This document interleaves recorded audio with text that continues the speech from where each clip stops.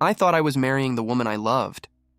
But when she compared me to her abusive ex during her wedding vows, said his name instead of mine, I realized I was just the guy who could fix things. I was the guy she settled for, not wanted. So I called off the wedding and let her life fall apart. I never imagined it would end like this, standing at the altar, about to marry the woman I had given everything to, only for the weight of the truth to crush me under its reality. Sarah and I met a few years ago, and from the moment we connected, I knew I wanted to be the man who took care of her. She had been through so much in her life, an abusive ex, years of emotional turmoil, and a family that always seemed to need something. I loved her with everything I had, and from the beginning, I knew my role wasn't just to be her husband, but the person who could make her life better. It started small, helping her get out of debt from that mess of a marriage with Jason. He'd been cruel to her, physically and emotionally. I remember when she first told me about him, how he'd use his fists when he was drunk, how he made her feel worthless, how she had to leave with nothing just to escape his hold. She spoke of him like a scar on her past, and I promised myself I would never let her feel like that again. Then, it got bigger. I co-signed on her family's house when they needed help. I helped her sister through college, something she never could have afforded on her own.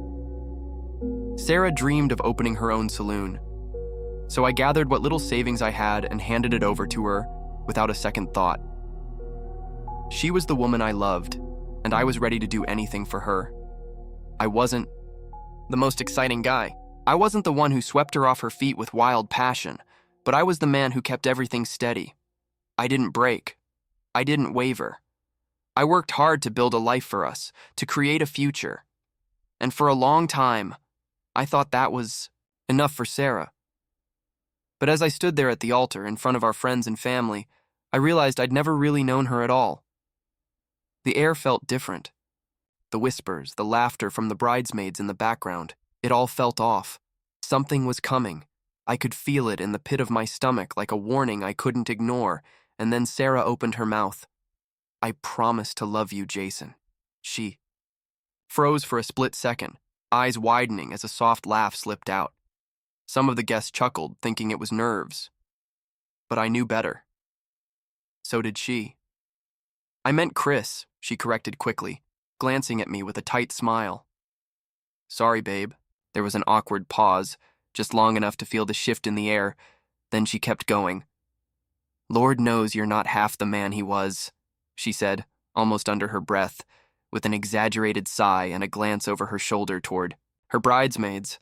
A few of them stifled quiet laughs. "But you're the one who stayed, the one who always showed up." She tried to finish it with a warm smile, like that last line was supposed to be the comforting part. Her words hung in the air like a bitter aftertaste. I looked around and saw the other bridesmaids trying to suppress their giggles, their eyes darting between Sarah and me. They knew. They knew exactly what she had just done, and I could feel the weight of it pressing down on me. Jason, the man who had made her life a nightmare, the man who had broken her, the man who had used her, emotionally, physically. It wasn't the first time I'd heard about Jason. In fact, I'd heard too much about him. Sarah had told me about their turbulent past, the fights, the verbal abuse, the bruises she would hide from everyone. She'd told me how she had finally left him after years of suffering. I'd always been the one who helped her put the pieces back together, who promised her a life that was calm, stable, and I thought safe. But looking back at it now, I realize it was always right there in front of me. Sarah would mention him, every now and then. Not with longing, not directly, but enough to leave something sour in the air. There was this one night.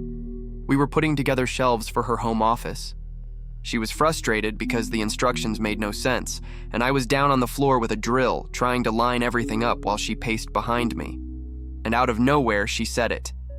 Jason would have just hired someone to do this. She laughed like it was harmless, like she didn't just punch a hole in the middle of my effort. He couldn't do anything himself, but at least he didn't waste time screwing around with tools. She said it so casually, then handed me the next bracket like nothing had happened. I didn't say anything then. I laughed it off, let it slide, because I thought I was the one she'd chosen, the one who stayed.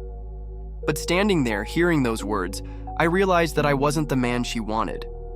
I had become the man who fixed things. I had become the man who could pay the bills, take care of the family, make sure everything was stable. But I wasn't the man who made her heart race. I wasn't the one who made her feel like she was living. I could feel the pit in my stomach deepen as I looked at her, still smiling, unaware of how deeply her words had hit me. She was comparing me to him, and in some twisted way, I knew she still longed for the version of herself who was with him, the version of her that wasn't tied down by stability, by responsibility, by safety. I took a deep breath, trying to steady myself, but it didn't help. The weight of her words crushed down on me, and then, without thinking, without warning, I said it. "I can't do this, Sarah." She kept smiling, almost like she thought I was coming up with my own joke or whatever. But the more I let the quiet linger on, the more her smile faded, her eyes widened. "What do you mean?" "I can't marry you," I said, my voice quieter than I intended. "I can't marry someone who's still thinking about him, someone who's still holding on to a past like that." Her face twisted in confusion, panic setting in. No, that's not what I meant. It was just a joke. You know that." She reached for me, but I stepped back, my heart racing. "I gave everything to you, to your family, to make things work. But I'm not the one you really want." The room fell silent. The guests, the bridesmaids, no one knew how to react. They all waited for her to say something, but Sarah was speechless. "I'm sorry, but I can't do this anymore," I said, my voice cracking. "I can't keep pretending that I'm enough." The room stood frozen.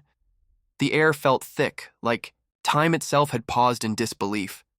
I could see the confusion on Sarah's face, but more than that, I saw the realization slowly creep in. Her hand trembled as she reached for me, but I stepped back again, my chest tight, breath shallow. "Please, don't," she started, her voice cracking. But the words felt hollow. She didn't really know what to say, and neither did I. She had thought this was a joke. She had thought I would laugh it off, that I would just dismiss it as her nerves getting the best of her. But the damage was done. This wasn't about a slip of the tongue. This wasn't about a moment of awkwardness. No, this was deliberate. She had made her choice all along. It wasn't about me. It wasn't about the love we shared. It was about her need for something more, something wild, something she had once had with Jason. The guests remained silent. I could feel their eyes on us, their discomfort as the weight of the moment pressed down on all of us. "I can't do this," I said one last time. "I can't marry you."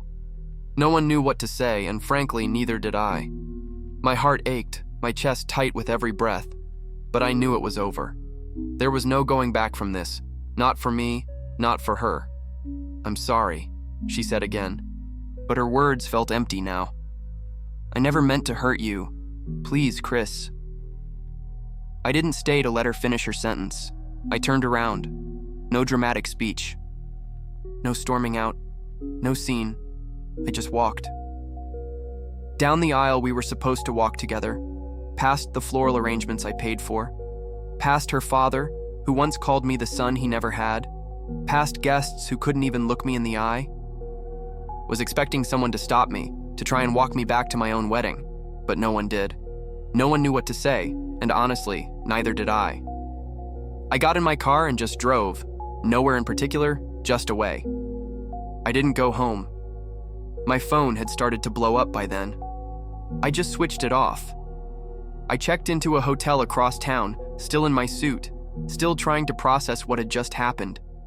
I took off the wedding ring, set it on the nightstand, and stared at it for a long time before turning off the lights and sinking into silence. Update.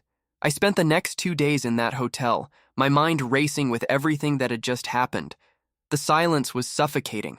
I didn't know where to go or what to do. The world felt too big, and yet I felt completely alone. My phone was blowing up. Texts, calls, messages from relatives, friends, and people who had been at the ceremony. They all knew what had happened. The whole damn room had witnessed it. They'd all seen me walk out, heard Sarah's slip of the tongue, watched the way her smile faltered, the way I left without looking back.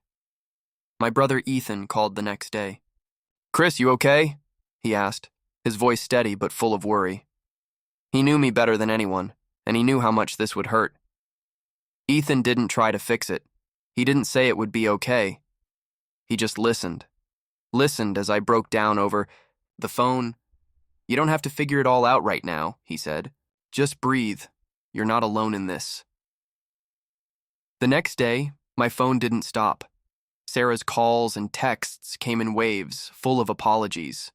She seemed frantic, trying to explain herself, trying to convince me it was a mistake, that she never meant it. But I knew better. It wasn't the words that mattered anymore. It was the truth behind them. And the truth was, I wasn't the man she wanted. She needed more than I could give. She needed the chaos, the wildness, the kind of love that kept her on edge, the kind of love that was anything but safe. Her texts were desperate at first. Long messages pleading for forgiveness, apologizing for the joke, for the slip of the tongue, telling me how much she loved me. But I knew deep down it wasn't just the words I was hearing. It was her desperation, her fear of losing the one person who would always put up with her. I couldn't answer her. Not yet. Then, my parents called. They had seen it all. They'd been at the wedding. They knew what had happened. They saw me walk out, heard the confusion in the room, the awkwardness that followed. They knew things had fallen apart, but they didn't understand why. "Son, we're just trying to make sense of everything," my mom said, her voice trembling. I could tell she had been crying. Mom loved her like her own daughter. I didn't have the heart to tell her everything. Not when I was still trying to figure it out myself. But I couldn't lie to her either. The truth was too painful. I need some time, Mom," I said, my words cold and distant. "I'll be fine. I'll talk to you later." I couldn't stay in that hotel room forever. It felt like I was suffocating, like the walls were closing in on me. I decided to go back. The moment I stepped through the door, the weight of everything hit me again. The apartment was exactly as I had left it, a place I had worked so hard to make a home for us, with all the little touches, all the things I thought would bring her comfort. But none of it mattered now. She was there, sitting on the couch, eyes red from crying, but there was a defiance to her posture. She had known this was coming, maybe even expected it. She stood up when she saw me, but the words didn't come. "I need you to leave," I said, my voice flat, devoid of emotion. I caught myself by surprise at how cold I sounded. 3 days ago, I could never bring myself to speak to her like this. But now, it felt right. Sarah blinked, her face falling in confusion. "Chris, please, let's talk about this. I'm sorry. You know I didn't mean it. It was a mistake." I could feel my chest tighten, my pulse quicken as I fought to keep calm. I had promised myself I wouldn't break down in front of her, not after everything. I shook my head, trying to hold back the hurt that was bubbling up again. And then it happened. "A mistake?" "No, Sarah. What you said wasn't a mistake. It was the truth. And it hit me harder than you'll ever know," I said as tears ran down my face uncontrollably. "Please," she whispered, taking a step toward me. "Don't do this. I love you. You're everything I need." "No," I cut her off, the anger rising now. "I'm everything you needed. That's all I've ever been to you. I was the guy who could fix everything, but I'm not the man you wanted. Not really." She stepped closer, her hand reaching out for mine, but I pulled away. "I gave you everything. Money, support, a future, and you." I paused, trying to collect myself. It almost felt like I was drowning in my own tears. "You still think about him. You still long for someone else. I'm not your second choice anymore." Her eyes started to fill with tears. "Chris, I didn't mean it like that. You know I care about you. I've always been broken. I felt a pang of guilt, but I swallowed it. I'm not letting her play the victim here. I had been her caretaker, her savior, but I wasn't her lover, her equal. I'm sorry, Sarah, I said quietly, the words heavy. But I can't keep doing this. A beat of silence hung between us before she spoke again. What about everything we've built? All of it. I don't know how to fix this. I didn't know if she was talking about us or the life we had together, but it didn't matter anymore. I had seen the cracks, and now they were too wide to ignore. Everything you've built? You mean everything I've built? I said, my voice thick with bitterness. I'm done, Sarah. You need to leave. Take your things and go. Her eyes widened, panic creeping into her features. You can't do this. You can't just take everything away from me. What will I do? What about my family? I wasn't able to speak anymore at that point. I barely got out I'm not your family's lifeline anymore. I could see the desperation in her eyes, and I knew she would fight me on this. She always had. I'll call the movers tomorrow, I said, turning toward the door. You'll be out of here by the end of the week. She didn't say anything as I walked out, but I could feel her eyes on me, full of fear and regret. Update. Sarah didn't need the whole week to move out. She stopped trying after that conversation. She moved out within 2 days. I didn't wait long to make the next moves. The following morning, I contacted the lawyer who had helped me set up. Sarah's financial access, joint accounts, her name on the car lease, the credit cards I'd opened for her family's emergencies. Within a few days, every tie was severed.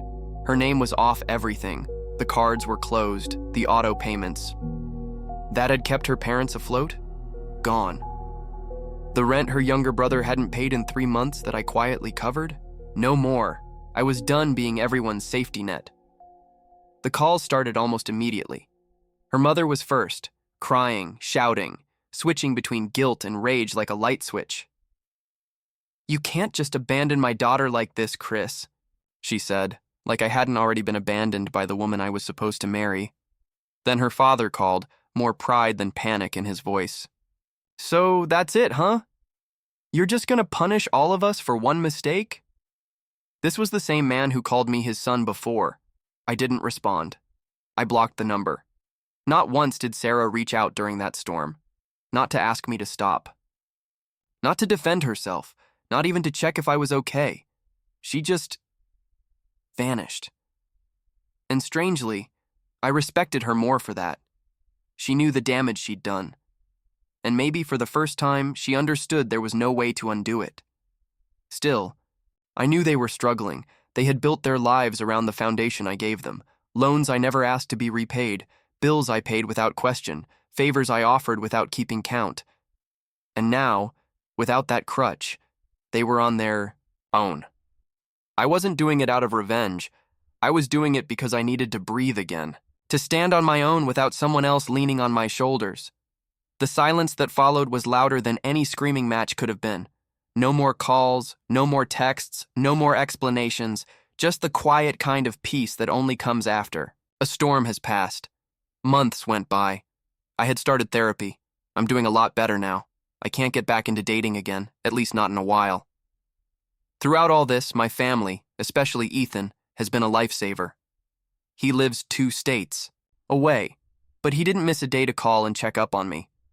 For those wondering, no, the wedding wasn't refundable. I lost about $8,000 of me and my parents' savings, but I don't regret it. I haven't heard from Sarah or her family after that. Until last night, I got a message. From her. It wasn't like the others. It was long, honest, heartbreaking, in a way I didn't expect. She didn't try to justify it this time. She didn't beg. She didn't ask me to come back. She just said she was sorry. That she wished she could go back in time and shut her mouth. That she'd never meant to hurt me like that. That she had loved me, truly, but had been too foolish to understand the difference between comfort and real devotion until it was gone. She ended it with, I know you probably won't read this, but if you do, please just know I'm sorry. I hope you find the kind of love you gave me. You deserved better. I just wish I'd realized it sooner. I stared at the message for a long time. Read it twice. 3 times. And then I locked my phone. Didn't reply. Never did. Part of me appreciates her honesty. Part of me respects her for it. But I'm afraid there is this other part of me, just a sliver, that wonders if I made the right decision. Not because I miss her, not because I want her back, but because love, real love, doesn't just vanish overnight. It clings to you, even when you're doing everything you can to let it go. Only if she had never made that joke, if she had just looked at me the way I looked at her, if she had chosen me, not out of necessity, but out of love. But I'm quick to remind myself that I didn't walk away from a woman who made a mistake. I walked away from a woman who didn't value what she had until it was gone. And that sliver of doubt, it fades a little more every time I remember that.